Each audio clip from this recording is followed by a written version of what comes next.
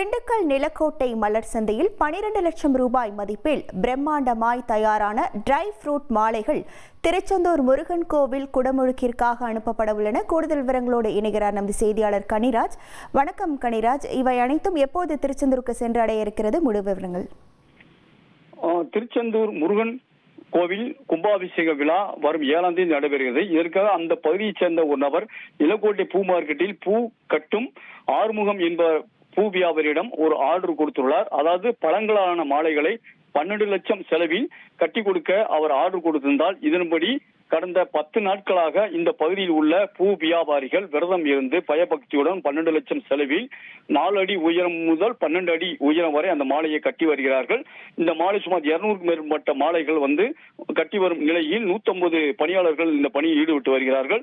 இந்த பணிகள் முழுக்க பிஸ்தா, முந்திரி, பாதாம், வெர்ச்சி, கருப்பு திராட்சை போன்ற பழங்களால் உலர் பழங்களால் கட்டப்பட்டு சீரான முறையில் அழகாக வடிவமைக்கப்பட்டு செய்யும் பணி நடைபெற்று வருகிறது. இந்த மாலைகள் நாளை திருச்செந்தூர் முருகன் கோவிலுக்கு அனுப்பப்பட உள்ளது.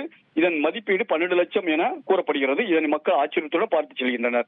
உங்கள் விவரங்களுக்கு நன்றி கனிராஜ். ட்ரெண்ட ஃப்ரெண்ட் ஆக்கிக்கோங்க. தந்தி டிவியின் சப்ஸ்கிரைபர்ஸ் அண்ட் ஃபாலோவர்ஸ் குடும்பத்துல நீங்களும் இணையுங்க.